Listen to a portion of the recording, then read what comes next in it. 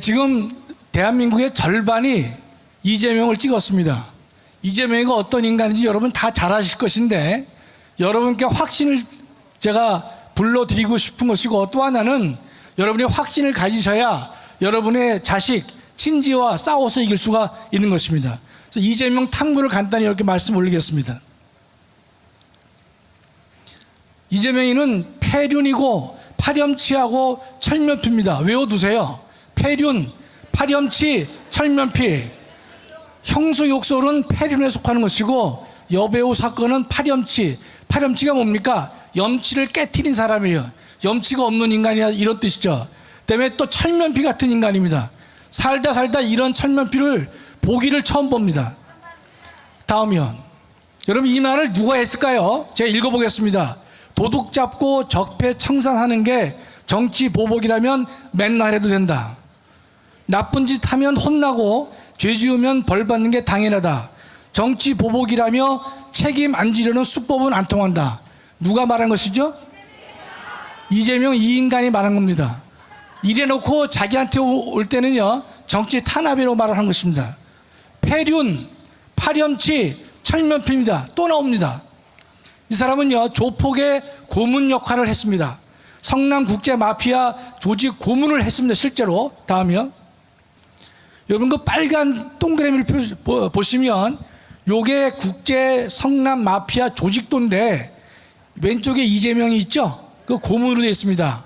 국제 마피아 고문 변호사, 이재명 시장이 시장되기 전까지는 이재명 변호사. 이 무슨 말인가 하면, 이재명이가 성남시장이 되기 전까지는 국제 마피아의 조직에 고문 역할을 했다는 뜻입니다. 다음, 이 사실 확인서를 좀 크게 좀 해주세요. 이 내용을 누가 자백했느냐? 거기 보면 박철인이라는 사람인데, 박철인은 수원구치소 수감 중에 사실 확인서를 쓴 바가 있습니다. 여기 보면 이재명이가 국제 마피아의 고문 역할을 했다는 사실을 밝힌 문서입니다. 다음이요. 여러분, 사진 많이 보셨을 거예요. 이재명 시장 앞에 저 시장 자리에 다리 꼬고 앉는 인간이 있죠. 저런 사람이 있을 수 있을까요? 보통 사람 같으면. 근데 제일 재밌는 게 그거 이재명이가 좋아하는 게요, 저 이 액자를 보면 덕풍만리라고 써 있습니다. 덕풍만리. 덕스러운 바람은 만리까지 간다는 거예요. 여러분, 너무 놀라우시죠? 이 인간이 좋아하는 게 덕풍만리예요. 덕스러운 바람은 만리까지 간다고 그랬는데 정말 웃기는 인간이죠. 다음이요. 요 사진도 조폭과 찍은 사진을 조선일보가 공개한 것입니다. 다음이요. 지금까지는 이재명이 뭐였습니까? 폐륜, 파렴치, 철면피의 이 조폭의 고문 역할을 했습니다. 다섯 번째입니다. 주사파와 공생한 인간입니다. 그럼 이재명의 본질이 주사파의 성격을 강하게 가지고 있습니다. 그걸 간단히 소개하면 2010년에 이재명이가 성남시장이 됐습니다. 이때 누구와 단일화를 했느냐? 민주노동당 김미희와 단일화를 했습니다. 이 민주노동당은요, 아주 쉽게 해산된 통진당의 전신이라고 보시면 좋습니다. 민주노동당이 있었고, 그 다음에 통진당이 있었고, 지금은 진보당으로 당을 받고 있는 것이죠. 김미희와 단일화를 했기 때문에 이재명이는 성남시장에 당선될 수 있었습니다. 하다 보니까 김미희를요, 성남시를 인수할 때 인수위원장을 시키게 된 것입니다. 이 김미희는 나중에 통진당 의원까지 지내게 되는 것이에요. 김미희는 경기 동부연합의 핵심 세력이 되는 것입니다. 따라서 동부연합의 핵심 세력인 김미희가 이재명이의 성남 인수의 인수위원장을 맡았다고 하는 것은 결국은 동부연합이 성남시를 장악했다, 이렇게 볼 수 있는 것이죠. 여러분, 요새 TV에 많이 나오는 정진상, 김용이 있는데, 정진상이는요, 전대협 출신의 인물이기 때문에 매우 위험한 인물이 알 수 없는 것이죠. 그 두 인간이 합쳐서 성남시를 이끌어갔다, 이렇게 볼 수가 있습니다. 다음이요. 정치 탄압으로 떠들어요. 여러분, 이 사건은 언제 터졌습니까? 문재인 때 터졌습니다.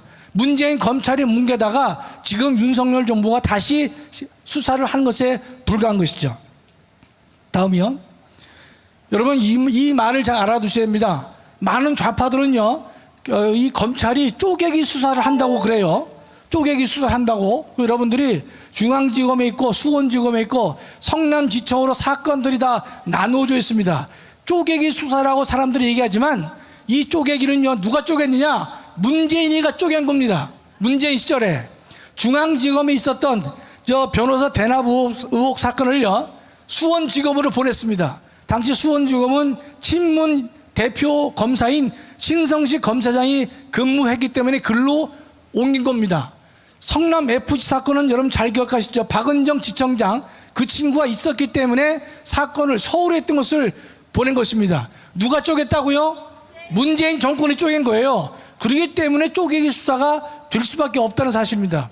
그러나 윤석열 정부는요, 양심적으로 중앙지검에 있는 대장동 사건과 성남 FC 사건은요, 하나는 배임이고 하나는 제3자 뇌물이기 때문에 윤석열은요, 하나로 묶어서 지금 기소를 준비하고 있다, 이런 뜻입니다. 또 하나는 왜 검찰이 자꾸만 야당 대표를 소환하느냐? 간단하죠. 죄가 많고 다양한 것이에요. 읽어볼게요. 허위사실 공표죄 기소했습니다. 대장동, 위례, 분당의 백현동까지 연루돼 있죠. 성남 FC가 있죠. 변호사비 대납은 지금 진행 중에 있습니다. 대북 송금도 기다리고 있습니다. 앞으로 변호사비 대납과 대북 송금을 위해서는 저 이재명이가 또 검찰에 나와야 된다, 이런 뜻입니다. 자주 소환하는 것이 아니라 죄가 많고 다양하기 때문에 부를 수밖에 없는 것이다. 정확하게 이해를 해야 된다, 이런 뜻입니다. 이재명에 대한 영장 청구를 했습니다. 잘 보시면요, 대장동 배임인데 중간에 보면 651억 있어요. 요거는 지난번 문재인 정권이 유동규에 대한 배임으로, 유동규 배임으로 몰아가기 위해서 651억이라고 배임 액수를 정했는데, 이번 검찰에서는요 4,895억을 배임 액수로 정하는 것입니다. 그것은 성남도시개발공사의 손해가 되는 것이고, 이재명의 배임 규모가 4,895억이나 된다, 이런 뜻입니다. 넘기십시오. 중요한 건 또 제3자 뇌물이에요. 검찰은 영장에다가 133억을 명시했습니다. 이 네이버는요, 건축 인허가를 받게 되면 성사될 때마다 10억을 줬습니다. 용적률 올려주면 다시 10억을 줬습니다. 4차례의 혜택을 보면서 40억을 건넨 것이라는 뜻입니다. 다만 이 인간들이 40억을 직접 성남FC에 전달하지 않았습니다. 왜냐하면 문제가 될 수 있을 테니까 희망살림이라고는 자신들의 사단법인에게 40억을 내고 그들이 40억을 성남FC에 전달한 것입니다. 그 돈이 되는 것입니다. 다음이요. 이것에 그치지 않죠. 두산건설 55억을 냈습니다. 병원 부지를 업무시설로 바꿔줬어요. 여러분, 근데 병원 부지를 업무시설로 바꿔주면 떼돈을 버는 것이죠. 대가로 55억을 낸 것이죠. 차병원도 33억을 냈습니다. 최근 검찰은요, 이재명에 대한 수사 외에 저 돈을 제공한 네이버, 두산, 차병원의 책임자들을 소환해서 처벌하기로 지금 진행을 하고 있다, 이런 뜻입니다. 예컨대 여러분, 광고비라 그래요. 그러나 후원금 받고 용적률을 올려주고 후원금 받고 용도를 변경시켜준다면 세상에 그렇게 못할 기업이 어디 있습니까? 뇌물 천국이 된다, 이런 뜻이죠. 다음이요. 여러분, 정진상과 유동규를 통해서 김만배에게 비밀을 알려줬죠. 그래서 김만배 일당에게 돌아가는 이익이 7,886억이라고 영장에 기재가 되어 있습니다. 다음이요. 새로 발견된 겁니다. 위례 신도시에서 내부 정보를 알려줘가지고 211억의 부당 이득을 얻게 했다는 사실이 새로 발견된 것입니다. 영장에 언급되어 있습니다. 다음이요. 아직 428억 원 지금 수사 중에 있습니다. 김만배가 이재명의 몫이라고 말하고 있는 천화동 1호의 428억 원요, 아직 검찰이 밝혀내지 못했습니다. 그것은 계속 수사할 예정이라고 검찰이 영장에다 밝히고 있는 것입니다. 다음이요. 영장 청구에 대해서 상당히 부당하다, 여러 가지 얘기를 하는데, 첫째, 범죄가 중대하기 때문에 그런 것입니다. 통상 검찰은요, 징역 3년 이상에 해당하는 사건은 영장을 청구합니다. 지금 이재명의 사건은요, 7년, 11년짜리가 수두룩합니다.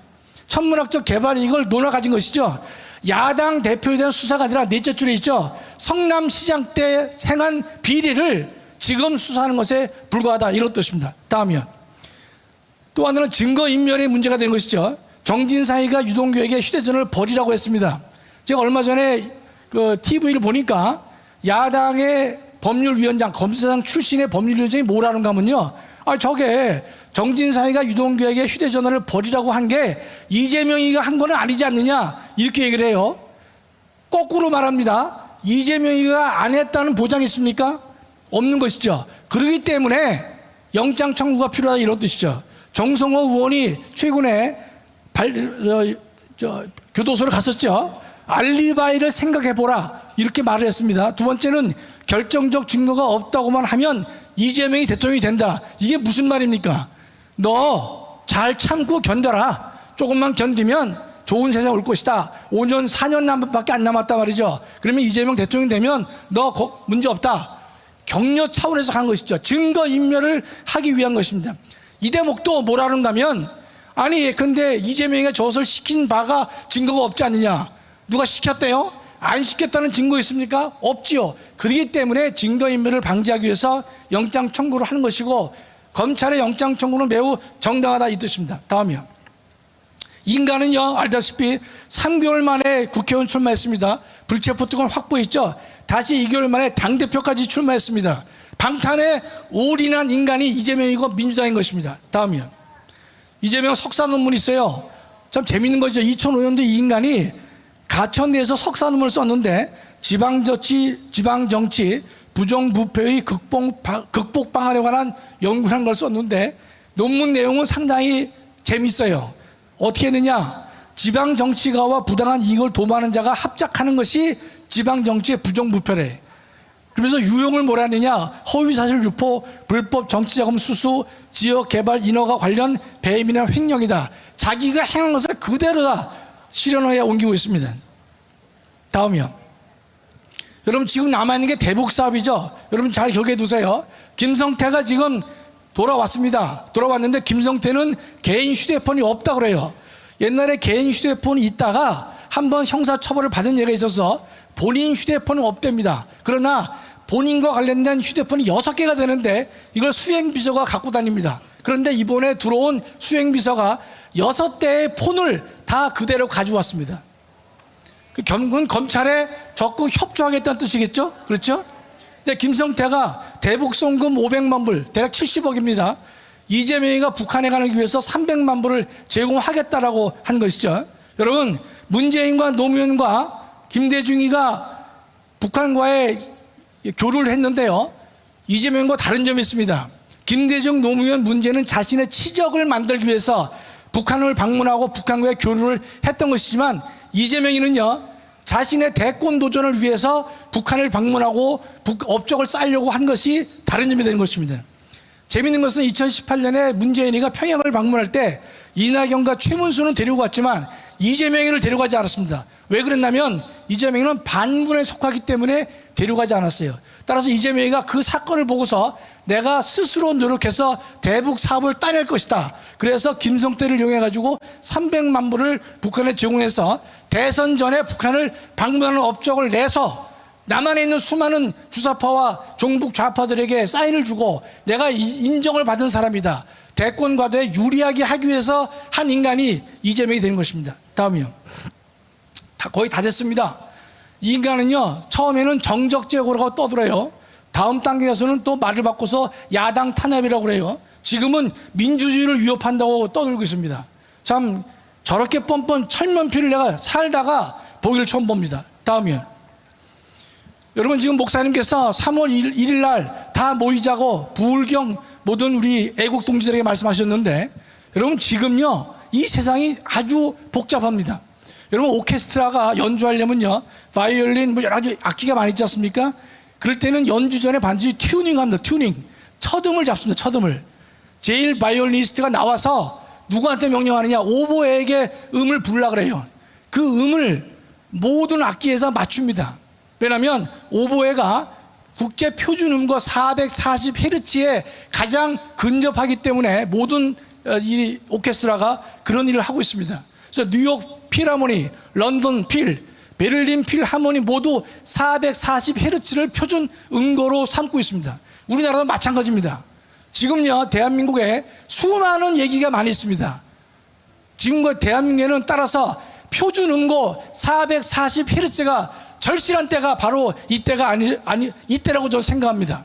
여러분, 불경 애국동지들에게 묻겠습니다. 이 시대에 440Hz는 누구입니까? 잘 안 들려요. 누굽니까?